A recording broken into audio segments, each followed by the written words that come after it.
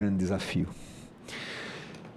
Convido o Dr. André Giordano Neto, superintendente corporativo do Instituto Coração da USP São Paulo, para participar aqui, colaborando nessa massa de informações que vai permitir que a gente tenha um espaço bem construído para ajudá-los. Ok, estão me ouvindo? Boa tarde a todos. O senhor me ouve, senador? Senador?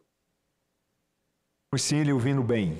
Por favor, pode continuar. Muito boa tarde a todos. Estou aqui com o Dr. Arsênio. Nós vamos aqui fazer uma dupla aqui nessa nossa interação, nessa honrada reunião. Queremos agradecer a possibilidade de participar.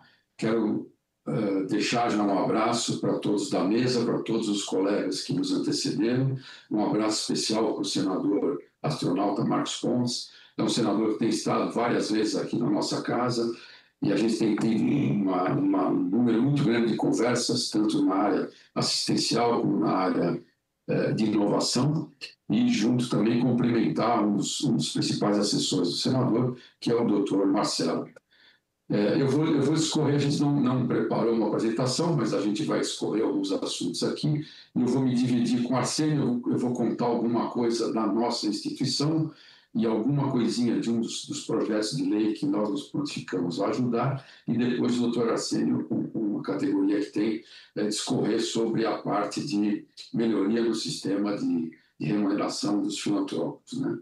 Então, nós aqui representamos o Instituto do Coração, a Fundação Zerbini, é uma fundação de caráter privado, que existe há 47 anos, apoiando o Instituto do Coração. O Instituto do Coração é um dos institutos do Hospital das Clínicas, da Faculdade de Medicina da Universidade de São Paulo. É também conhecido como o maior polo de saúde da América Latina, o HC como um todo. O nosso instituto conta com 3.900 colaboradores, sendo que hoje a Fundação Zerbini é responsável por suprir aproximadamente 78% da folha de pagamento desses 3.900 colaboradores. Somos um hospital de altíssima complexidade na área de cardiologia e pneumologia. Atendemos a população de São Paulo, população de vários estados do Brasil, população de vários países. Temos um corpo de médico de aproximadamente 600 médicos nesse montante de funcionários.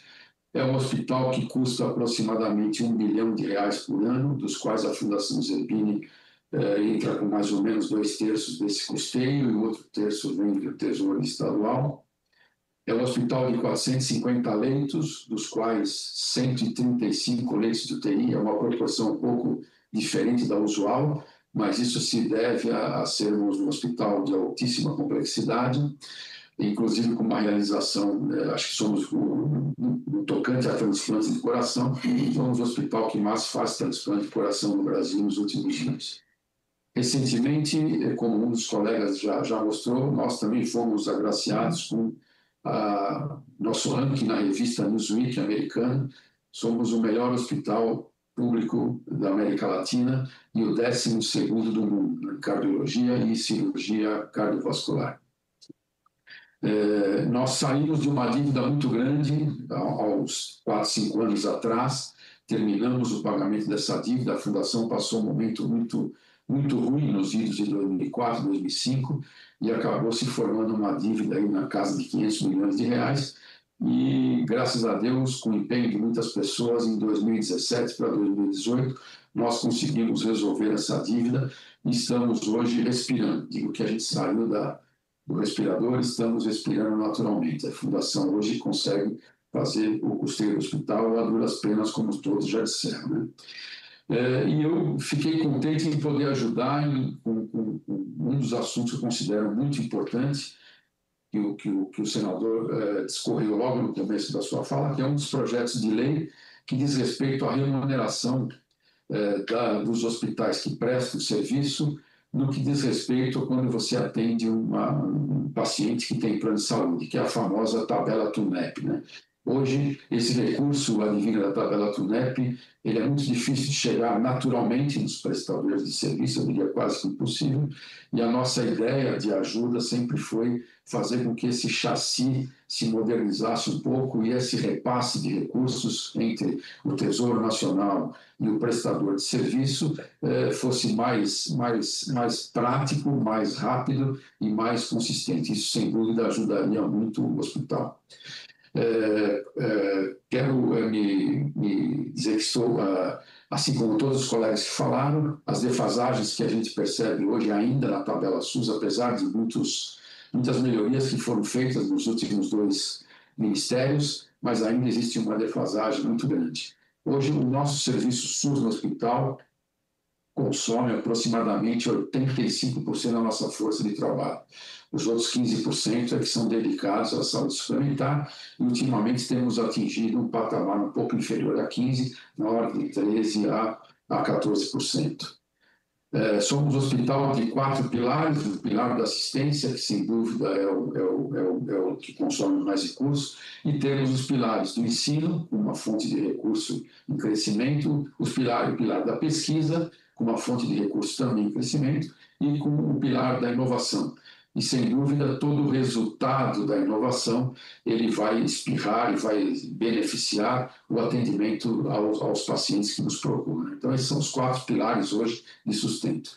E digo isso porque quero também, como todos os colegas já falaram, mostrar a importância das emendas parlamentares para o custeio SUS. Né? A emenda parlamentar de custeio permite que a gente possa usar esse recurso em qualquer linha de despesa da instituição, o que é muito importante, né? Tendo em vista o alto custo dos medicamentos, o alto custo dos insumos ao longo desses anos todos, e que as tabelas, tanto o SUS como as tabelas que são aplicadas à saúde suplementar não acompanham na mesma velocidade. Né?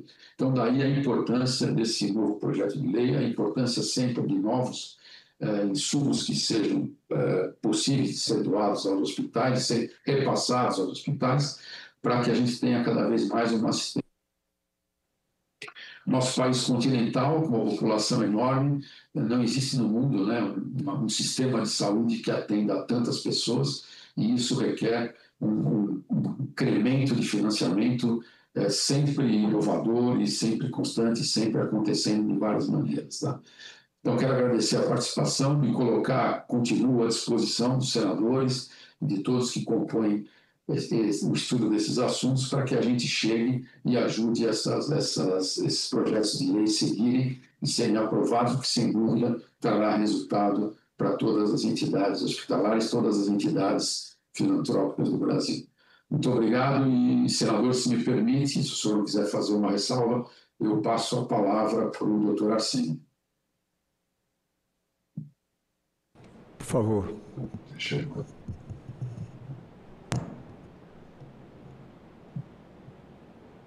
15 segundos.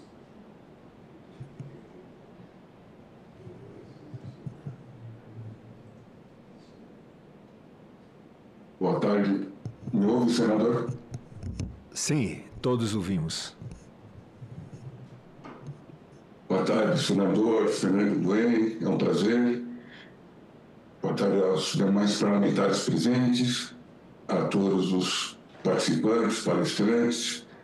É uma honra participar dessa comissão e estendo o meu abraço ao senador Marcos Ponte, ao doutor Marcelo Morales, que muitos trabalharam no encaminhamento desses projetos de lei. Senador, nós estamos aqui a cuidar de um assunto que trata exatamente do ponto central da saúde do país, que é o financiamento.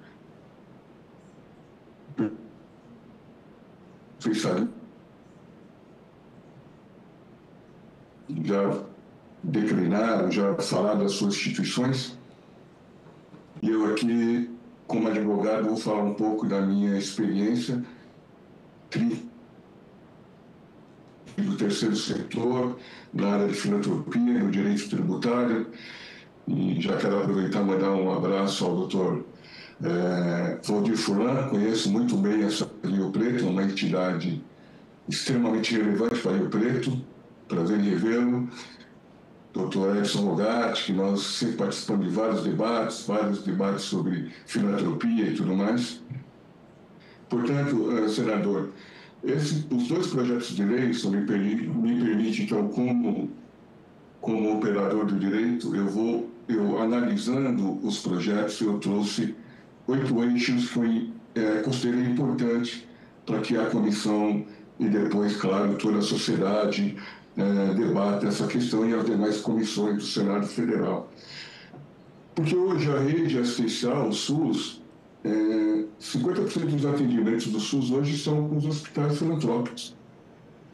E 70% dos procedimentos de alta complexidade também. Portanto, os hospitais filantrópicos, as santas casas, as fundações de apoio,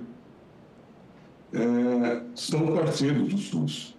E a questão do financiamento é crucial. E nós estamos num modelo a cada vez mais vem dilapidando e dificultando a gestão desses hospitais.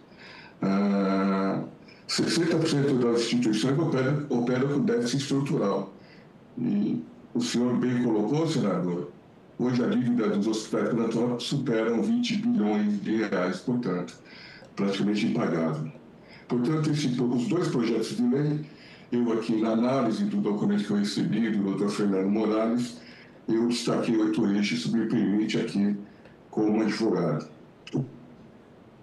O certificado, a certificação das entidades filantrópicas, ou seja, o SEBAS, que hoje é uma dificuldade muito grande no reconhecimento e na certificação do SEBAS. Eu tenho certeza que várias entidades aqui, algumas não têm o certificado, ou se tem, está com alguma dificuldade para manter o SEBAS por conta de toda uma legislação e uma burocracia que em volta desse tema. O SEBAS é fundamental.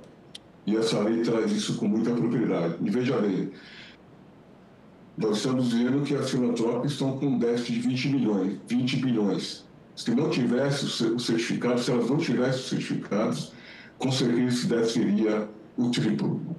Porque toda a economia tributária que o governo chama de renúncia tributária, isso, estudos mostram isso, estudos qualificados de entidades sérias, a cada R$1 da renúncia fiscal, uma filantrópica converte R$5 em assistência. Reitero, a cada R$1 da renúncia fiscal, uma filantrópica converte R$5 na assistência. Portanto, é fundamental a certificação.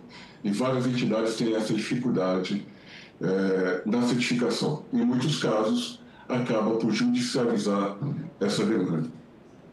Portanto, é fundamental esta previsão contida no projeto de lei do senador Marcos Pontes. Incentivar a adesão a políticas públicas programas é fundamental, ou seja, estratégias do SUS. É fundamental que isso tenha os programas, estratégia do SUS, que as filantrópicas participem dessa política e que participem de acordo com o seu perfil, com a sua área de atuação, para que tenham possibilidade de atuar, porque muitos hospitais têm certificado de hospital de regime especial ou de regime qualificado, etc., mas porque ele atende a algum requisito. Mas vários outros hospitais, entidades, santas casas, não conseguem essa qualificação e não conseguem participar de programas e projetos como o próprio PROAD, que foi dito aqui. A questão do equilíbrio econômico e financeiro é fundamental. Nós sabemos que a tabela SUS é defasada, sabemos que é um subfinanciamento. Portanto, a questão da tabela SUS é fundamental. E aqui o doutor André colocou bem essa possibilidade das santas casas, dos hospitais filantrópicos, cobrar diretamente da operadora. Esse é um debate que nós tivemos aqui em São Paulo com as entidades e com o Ministério Público, porque o Ministério Público acusou que a entidade, que era uma filantrópica, ao cobrar diretamente da operadora, o paciente que tinha um plano de saúde, estava privatizando a saúde, portanto, estava maculando o interesse público. E aí nós fomos para o judiciário exatamente com o mesmo argumento. Quem defende o interesse público é exatamente a filantrópica. Porque, ao passo que um paciente que tem plano de saúde e prefere, escolhe de forma livre, soberana, ser atendido por um hospital, uma Santa Casa, um hospital público, um hospital filantrópico, por que não cobrar da operadora o custo daquele atendimento? Por que onerar o SUS em detrimento da operadora? Ou seja, somente a operadora é beneficiada e o SUS, com todo esse subfinanciamento, acaba sendo mais onerado. Portanto, isso nós levamos ao judiciário e o Supremo decidiu da perfeita legalidade das filantrópicas, dos hospitais públicos, privados, as fundações, cobrarem diretamente da operadora ao identificar um paciente que tem plano de saúde e prefere ser atendido naquele hospital. Portanto, essa é uma questão fundamental que consta no projeto de lei. Eu reputo de muita relevância, senador, esse ponto.